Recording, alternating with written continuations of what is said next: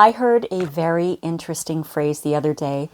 I was watching an interview with a retired corrections officer, and he worked at a maximum security prison in the south of the United States. And he was referring to inmates when he said this thing, having discussions with inmates and trying to get them to follow the rules. And he said this: when you start cussing, you stop discussing.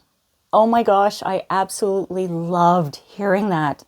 I'm somebody who loves proverbs and I love sayings because they hold so much wisdom. And just the accent, I loved it. But this little phrase, it carries a lot of truth to it.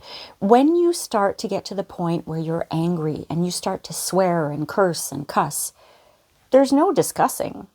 There's no rational conversation after that, right? I know that in my experience with my late husband, he was someone who had trouble communicating. He had cognitive issues where he had trouble putting his words together.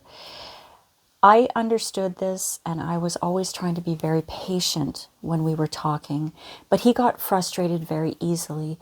And if we were having a discussion about something heavy, or maybe a discussion about something serious that we needed to work out between the two of us, he started to get frustrated and he started to get angry and he would start cursing.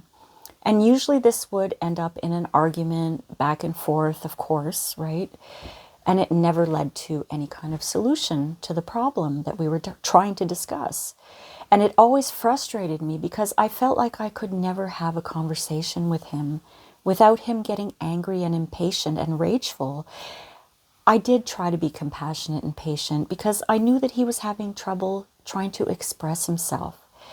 But, instead of trying to take the time to express himself, he chose to rage and swear. And this put an end to the conversation immediately. And this is one of the reasons why our communication broke down. The same problems kept occurring, the same issues kept coming up, and he never wanted to talk about them. He would shut them down with swearing and rage. And at first his excuse was, well, I can't express myself.